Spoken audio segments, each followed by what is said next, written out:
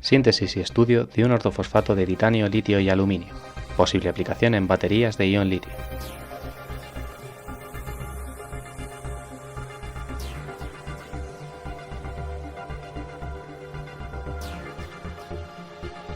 Síntesis utilizando un molde polimérico. Reactivos: dihidrogenofosfato de amonio, isopropóxido de titanio, nitrato de litio, nitrato de aluminio, ácido cítrico, etilenglicol,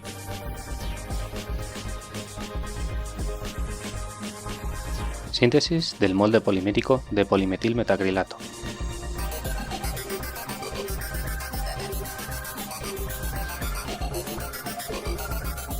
Como monómero precursor del polímero se empleó metilmetacrilato. Como iniciador de la reacción se utilizó azodiisobutiramidina diclorhidrato o AIBA, que se reserva para su posterior uso disolviéndolo en agua desionizada.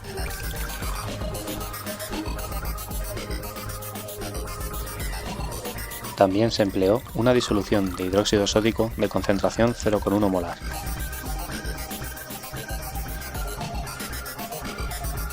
Debido a que el metilmetacrilato dispone de un inhibidor para evitar su polimerización de forma no controlada, sobre 25 ml del monómero se adiciona una cierta cantidad de sosa para su eliminación.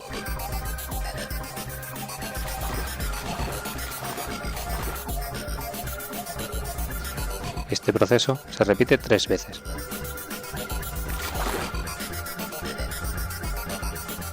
Se observan dos fases claramente diferenciadas, siendo la superior la parte orgánica y la inferior la acuosa. Esta última se desecha debido a que en ella se encuentra el inhibidor.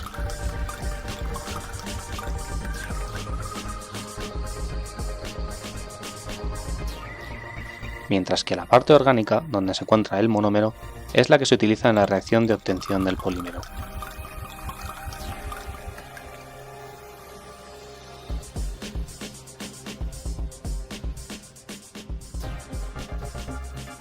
A continuación, la parte orgánica se vierte en un reactor de 3 cuellos y se añade 25 ml de agua, volumen que es necesario porque la polimerización se realiza en emulsión.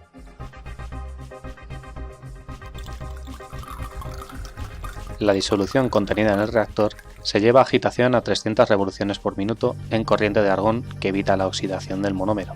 La temperatura del reactor, que es regulada con corriente de agua externa, se mantiene a 65 grados centígrados. Una vez se alcanza esta temperatura, se inyecta el iniciador disuelto en agua.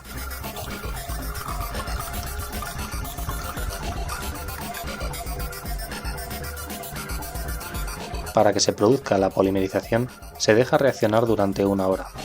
Finalmente, se obtiene un sólido de color blanco.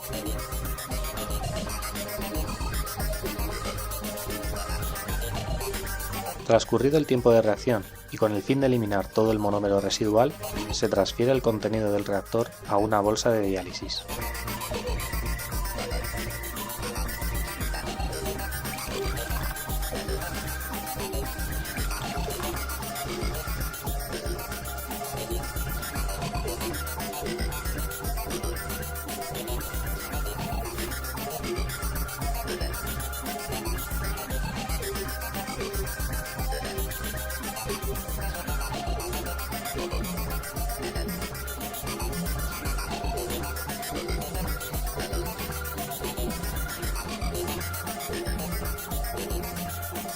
El proceso de diálisis se lleva a cabo durante 1 semana.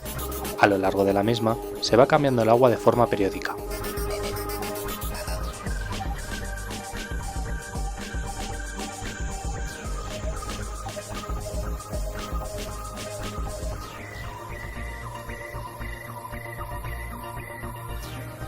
Tras 1 semana, se introduce el contenido de la bolsa en un vaso de precipitados y el producto final, aún húmedo, se seca calentando en estufa a 100 grados centígrados.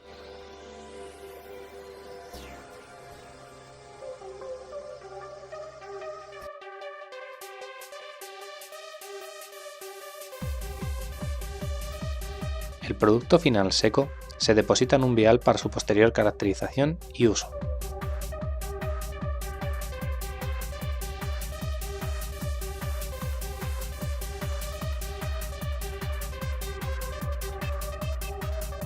Caracterización del polímero.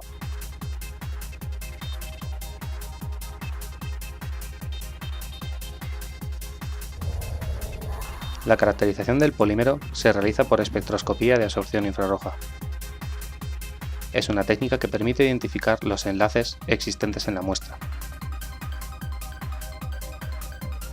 Para ello, se prepara una pastilla de la muestra en un troquel y se introduce en el aparato modelo IR Prestige 21 Fourier Transform, que se encuentra conectado a un ordenador que permite visualizar el espectro registrado.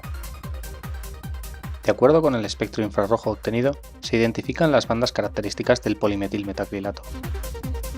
Se han destacado 5 zonas representativas. La primera abarca las bandas correspondientes a las tensiones carbono-hidrógeno que aparecen en torno a 2294 y 2295 cm/-1. La siguiente es la tensión del doble enlace carbono-oxígeno, muy intensa y situada en torno a 1729 cm/-1. La banda de deformación carbono-hidrógeno solo se percibe en cadenas largas de carbono, y aquí es bastante intensa, lo que es característico de un polímero como este. Por último, observamos las bandas de las tensiones del enlace carbono-oxígeno y la tensión simétrica del enlace carbono-oxígeno-carbono, en torno a 989 cm/-1, que es también muy característica. Síntesis Sol-Gel, infiltración en PMMA.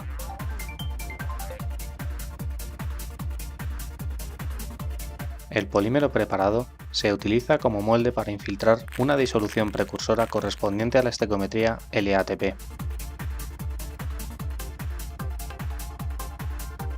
El molde se prepara adicionando el polímero sobre una película de agua hasta lograr una suspensión, que se seca a 100 grados centígrados en estufa para eliminar el agua. Sobre el molde se infiltra la disolución precursora que se prepara empleando un método Pecchini modificado tras haber fijado previamente las relaciones ácido cítrico metal en 4 y etilenglicol ácido cítrico en 2. Para preparar la disolución se procede a pesar los reactivos en un granatario en el menor tiempo posible debido a la naturaleza fuertemente higroscópica de alguno de ellos. Las cantidades pesadas se van a reservar en viales para su posterior adición, a excepción del ácido cítrico que se mantendrá en el propio vaso. Sobre una placa con agitación magnética se añade agua desionizada al ácido cítrico, cuya función es actuar como agente quelante, propiciando la correcta disolución de los precursores metálicos. Como segunda función, también intervendrá en la esterificación final, que junto con el etilenglicol originará un gel. La disolución de ácido cítrico se lleva a pH básico, ya que en este medio de reacción se facilita la ionización de los grupos carboxilato del ácido cítrico y la posterior formación de los complejos metálicos. Como se ha comprobado experimentalmente, un pH básico favorece además la obtención de fases puras de la estequiometría deseada. Por este motivo, se procede a la adición de amoníaco concentrado hasta obtener un pH en torno a 8, lo que se comprueba haciendo uso de papel pH para realizar las mediciones.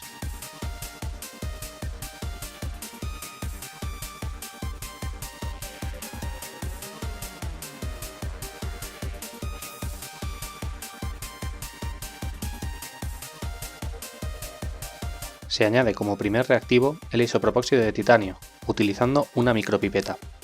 Este reactivo se hidroliza rápidamente al entrar en contacto con agua, por lo que no debe haber demora en su adición. Para lograr la redisolución del precipitado blanco formado, se utiliza una varilla para disgregar el sólido y se activa la calefacción en espera de que la disolución pase de ser translúcida a casi transparente.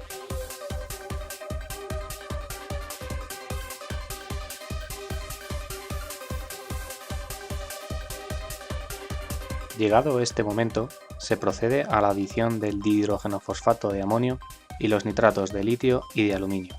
Para hacer más sencillo el proceso, todos los reactivos precursores se predisolvieron en los propios viales.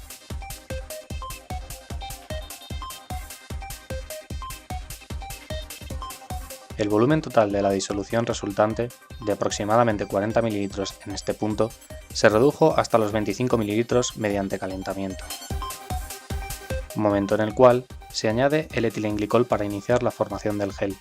Se observa un incremento progresivo en la viscosidad de la disolución. De nuevo, se deja evaporar gran parte del agua presente en el medio de reacción y se retira el imán simplemente para evitar que quede atrapado en el gel. Se deja infiltrar la disolución en el molde polimérico y este preparado se envejece durante 5 días. Tras esto, se traspasó a varios crisoles para evitar que el producto rebosase durante el tratamiento.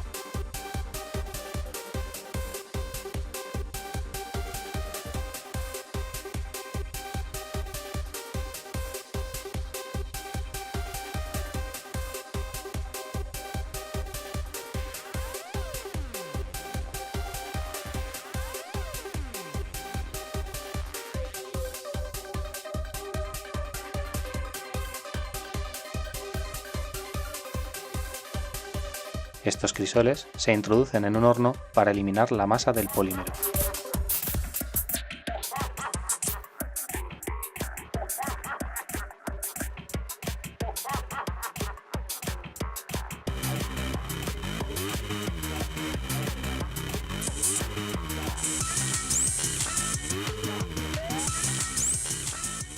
Tras el calentamiento se obtienen muestras policristalinas de color negro que se caracterizan por espectroscopía infrarroja.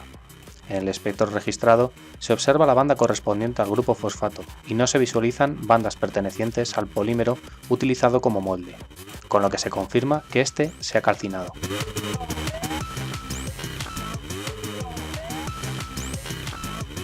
El polvo negro obtenido se machaca en un mortero para evitar su posterior tratamiento a alta temperatura.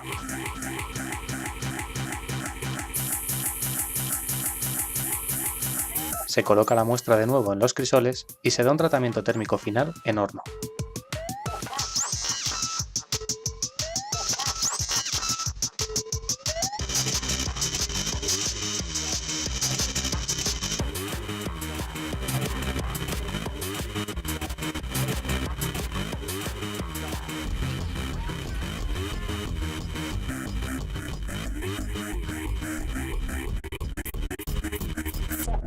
Finalmente, se obtiene una muestra de color blanco que se caracterizará por difracción de rayos X.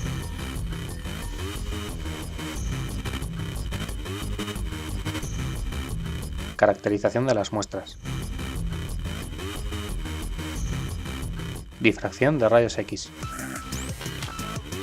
La muestra se prepara para su caracterización situando el polvo en una placa o porta que se introduce en el difractómetro de rayos X.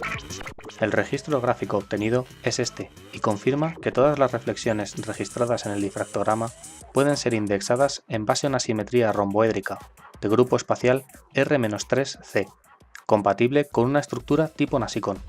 Esta estructura cristalina puede describirse como tetraedros PO4 y octaedros AlO6 y titanio O6, que se encuentran unidos a través de sus vértices y que dejan canales a través de los cuales se pueden desplazar los cationes litio. Conductividad iónica. Una vez caracterizada la muestra obtenida como fase pura, se procede a realizar un estudio de su potencial aplicación como material en baterías de ion litio, ya que la estructura Nasicón, presente en las muestras sintetizadas, presenta canales a través de los cuales se puede mover el catión litio. Para medir la conductividad iónica del material obtenido, se utiliza la técnica de espectroscopía de impedancia. La naturaleza iónica de los portadores, en este caso del ion litio, hace necesario el uso de corrientes alternas, ya que si se aplicara un voltaje constante, los portadores se acumularían en los electrodos. Con carácter previo, la muestra obtenida se ha de someter a diferentes tratamientos de sinterización, con el objeto de evaluar la diferente densificación del polvo, factor que influye directamente en la conductividad iónica medida. Sinterización. Para ello, se empastilla la muestra haciendo uso de una prensa, y a continuación se pesa y se miden sus dimensiones para poder calcular más tarde la densidad.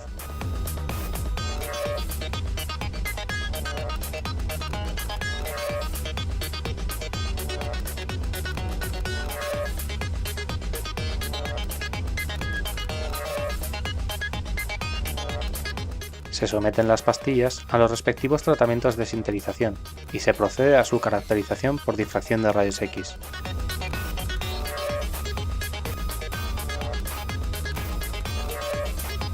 Aunque antes se habrá vuelto a medir sus dimensiones, ya que al calentar se observa una compactación del material. Se observan ahora los difractogramas de la muestra de la fase obtenida, que se han sinterizado a diferentes temperaturas. En ellos puede verse que al incrementar la temperatura de sinterización, la intensidad de los máximos atribuibles a la fase va disminuyendo, y al llegar a 1000 grados se hace perceptible un pequeño máximo en torno a 27 grados, fácilmente asignable a una fase de simetría hexagonal tipo berlinita de fosfato de aluminio. Medidas de impedancia. La medida de conductividad se lleva a cabo utilizando pintura de plata.